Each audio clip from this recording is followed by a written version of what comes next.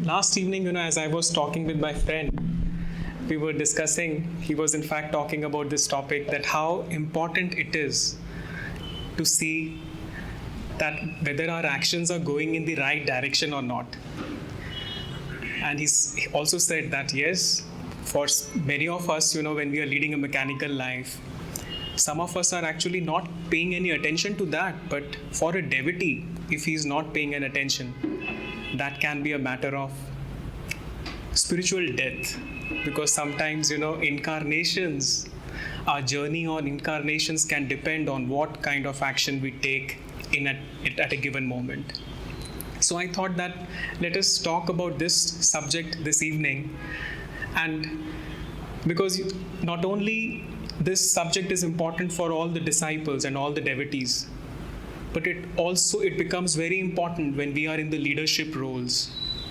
And all of us, those who are sitting here this evening, I see them as potential leaders, because all the great masters have seen us as potential leaders in that aspect.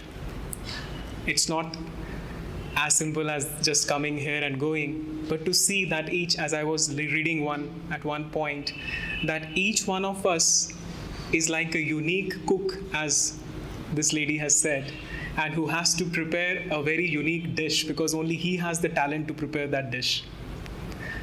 And so if you will not train yourself to prepare that dish good enough, then probably someone would go hungry, because he came only to eat that dish which only you can prepare.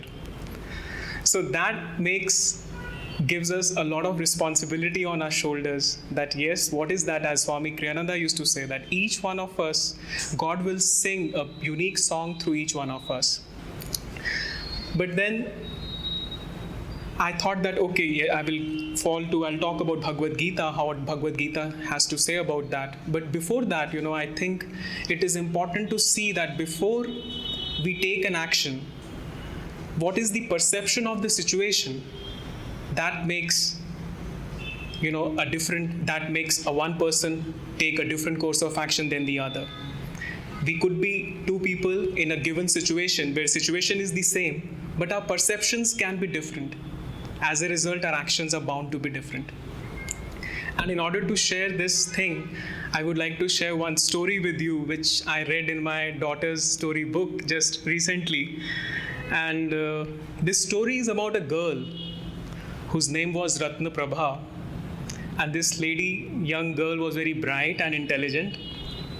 And this girl, after finishing her teachings, which her guru imparted her, she said that, Guruji, what can I give you as Guru Dakshina?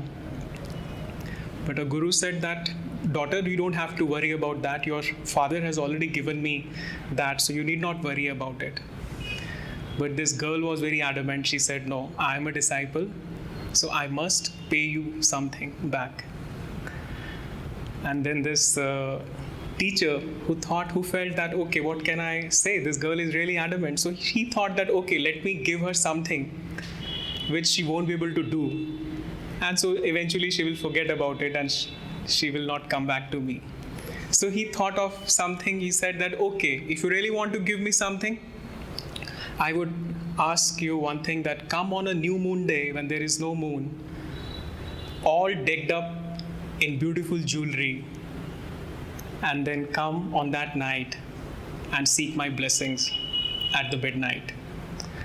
And he thought that her home was very far away, and there was a river in between his teacher's house and her house, and there was a deep forest with many wild animals. So he thought that she won't be able to come, and anyway, so she will forget about it. But this girl was very strong, and this girl, when she went back, she thought about it, and on that particular night, which was a new moon day, she, all decked up in a beautiful jewelry, she just started coming out of her house. And at that point, her father stopped her. She said, why are you going at this point, midnight? And then she narrated the whole story why she was going. And then her father said that, no, I know that gentleman, that teacher is very good. So you probably would have done something to, kind of annoy him. And so that is why probably he has given you this task. So it is better that don't go. I will speak to him tomorrow so you can stay back. But this girl was not willing. She said, no, I have to go. I have kept a word. So she anyway came from the house and she started walking, and in between this path she met this thief. This thief was thinking like what a golden opportunity he has, a girl with all decked up so much of golden jewelry, and he started thinking like how much money he can make the next day by selling it out. And then he comes and tells his intentions to this girl Ratnaprabha, and Ratnaprabha was not scared. She said, fine, but let me just fulfill my word and then I'll come back and give you everything. And this thief said okay, but he didn't go. That thief started following this girl. And so this girl went to her teacher's house. She knocked at the door. The teacher was all surprised and also shocked to see this girl. But then he said that I bless you, my little girl, and I thought that you will take it as a joke, but I can really see that you have kept your word. And now please go home. And when this lady turns back, she goes to the thief and says that now you can take all the jewelry. But this thief says that I have never seen such a girl. Such a courageous girl. I don't want to take anything from you.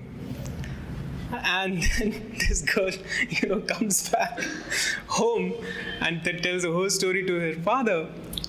And her father says, yes, that is really something outstanding. And he really felt proud and said that, yes, you are really a courageous girl.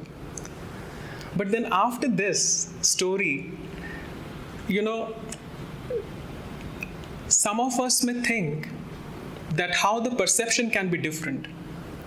When the teacher told this story to her students, some of her students said that this story is about a headstrong girl, a foolish teacher, and an impractical thief, and an unkind teacher, or an irresponsible father. But then this was the perception of the students. But the teacher said that this is because your perception is already dependent on your experiences. Whereas I see this story as a story of a courageous girl, a kind teacher, and a responsible father, because he thought that how many fathers, would in this time, in this age, would say that, okay, just to see that, okay, the girl has to live up to her promise, they would allow her to leave the home. And also of a generous thief who was, who got transformed, and, in that moment. So why I shared with you this story was that how a single situation can have different impact on people, those who are seeing the situation with different eyes and with different perspective. Because our perceptions can be different, our actions can also be different. And this is exactly what Bhagavad Gita is talking about. Because when I read this 18th chapter, even before we take an action, Krishna says the question whether the action will be right or not will come later on.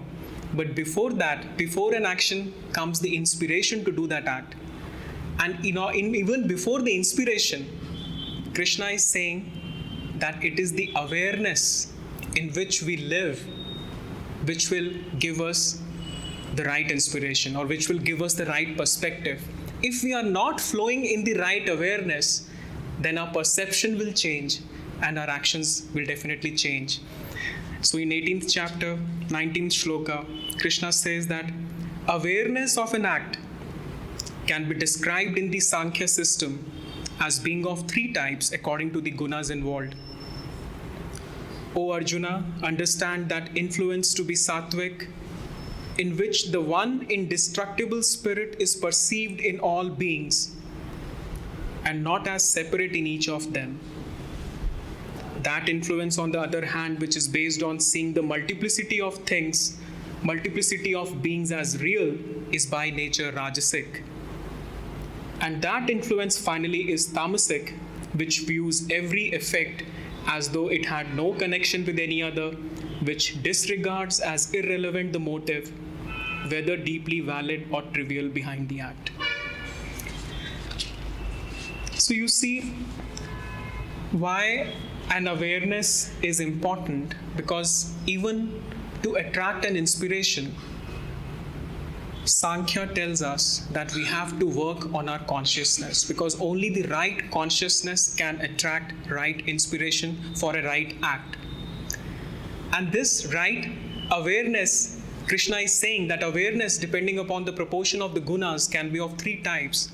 A predominantly sattvic consciousness is the one where we see one light behind every form that we see, just like we chanted today.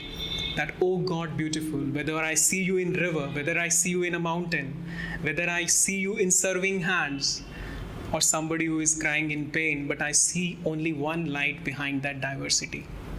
Whereas that becomes rajasic if I see only the multiplicity, if I see only the diversity, then my consciousness is bound to get affected by different motives of different people, which will definitely taint my understanding.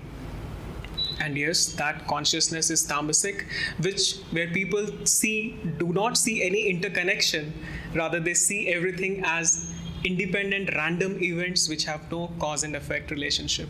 And we can talk on any length on this subject, but the subject for this evening is how to decide, how to see whether we are heading in the right direction. So that action, the ground, Krishna has spoken about it, which I will be talking in a moment, what is the right action, but he has prepared a ground for that how a right action proceeds even before an inspiration, with awareness. And now he's talking about what constitutes a right action. He says that action is sattvic, which is divinely inspired, performed with complete non-attachment, without any sense of likes or dislikes, and without any desire for fruits. But this probably we might be knowing earlier also, but the second stanza is very beautiful, and to me that was really an eye-opener, where he said that action is rajasic if it is motivated by desires, if it is performed with ego consciousness, and if it produces a sense of great stress and effort. This last line is very important, because the sattvic action, the right action, is the one where when we are in the right frame of mind, when we are with the right awareness, in the right consciousness of the mind, then the second step before undertaking an action is to ask for divine guidance. And when we ask for divine guidance, that can only be possible when we are calm. So when we see the same light in each one of the things, in that moment we are already touching the super consciousness. So we have already transcended our limitations, because we see one light not only outside us and around us, but also within us. So we feel that I am already a part of the whole. And with that super consciousness, we pray for guidance. So in that prayer, Krishna is saying that prayer will be effective only if you are absolutely non-attached, if you have no desire for the fruit of action. Which Swami said that before asking that is this right, one must be very clear in his heart that he has no bias to whatever is the outcome going to be. But then finally, Krishna is saying that even after performing that act, or when you are performing that act, how can we see whether this action is right or not? And he's giving us a yardstick for that. And what is that yardstick? There are two things he's saying that you can fall upon and you can see. That one is that when you are doing an action in sattva, the more sattvic an action, the greater the sense of ease that accompanies it. On the other hand, the more rajasic it is, the greater the sense of effort, because ego consciousness cuts off the higher power and inspiration. Because some of us, when we see that, I'm slogging and it's a lot of struggle I'm doing, then probably we are doing that act in the rajasic consciousness, and which cuts off the inspiration that we can every time receive. And as a result, because Swami is very clear and Krishna is very clear that a sattvic act will always give us a sense of effortlessness and ease. And also he said that in tamas there is no true zeal, because zeal comes from selfless but very conscious dedication to an idealistic cause. So two things: if we have ease and effortlessness and zeal and enthusiasm, now these are the things which can be a yardstick to see and check whether we are flowing in the right direction or not. And just to give you an example, so let me see how much time we have. Just to give you an example, that before starting this new project of having a new center at this place, this was a very big task, taking a jump from a smaller center, coming here. So you can say that this action, let us say I'm trying to put myself in the leader's shoes, like how a leader has to think and see that whether this action is going in the right direction or not. So the first thing is that we have to be in that right awareness even before praying to God, that whether this is right or not. But since we were in that consciousness, thinking about all those souls in which the same light is flowing, that how they will receive the Master's teachings, how they will benefit from these teachings as we have benefited from them. So we are already in that consciousness, feeling the need that yes, we really need a place where new devotees can come. And then projecting this need to the great Masters, that if we feel guided and feeling for his guidance, that is this the right time? Because sometimes your need can be right, but is it the proper time to have that? So at that place also, we need to check and we need to feel his inspiration. Is it at the right time I'm feeling that whatever I'm doing? And the second act becomes that we are not attached to the fruits of action. Let us say the project fails. Let us say people don't turn up. Rather than thinking about those failures, we are thinking about how we can reach out to them, because outcome can somehow discourage us. So we are not attached to any outcome. But at the same time, the final thing which Krishna said, that while doing the act, if you feel that act is becoming effortless and it coming as with effortless ease, and it is helping the people, those who are doing that act, coming into a lot of enthusiasm and zeal, then your act is probably heading into the right direction. And what we saw in this act, devotees came wholeheartedly. They enhanced their donations. They came to help us not only financially, but also they came to offer seva at this place. Their enthusiasm and zeal was increasing. And at the same time, now we had the help of outside center. Trust helped us. So center at Gurgaon helped us. And so you see, this was all an indication that we are going in the right direction. And also you can say one hidden guidance was in the form of that the earlier society started taking an objection that, oh, you cannot hold big gatherings here. Now we can see that ultimately who is speaking through them? It is the same light which is in them also. It's not that we are concerned about the devotees, those who are coming here. We are concerned about them also. And so when we see it in that light, and when we see it with that perspective, we ultimately have this conviction in us, I can say, that yes, we are heading in the right direction. And also I would say that for God, I think it does not matter whether a project succeeds or fails. For him, this whole thing is like a slate. Many of us have seen that slate, on which kids scribble when they are just 2-3 years old, just to write letters, and they keep rubbing and writing. So the whole universe is something like that slate on which we are doing whatever we like. But ultimately, God is not much bothered. I feel, and now this is my understanding, I may be wrong, that what is happening to the project perhaps is not that important, but what is happening to his highest creation. What is his highest creation? His highest creation is man himself. But he's much more interested in seeing what is happening to his highest creation.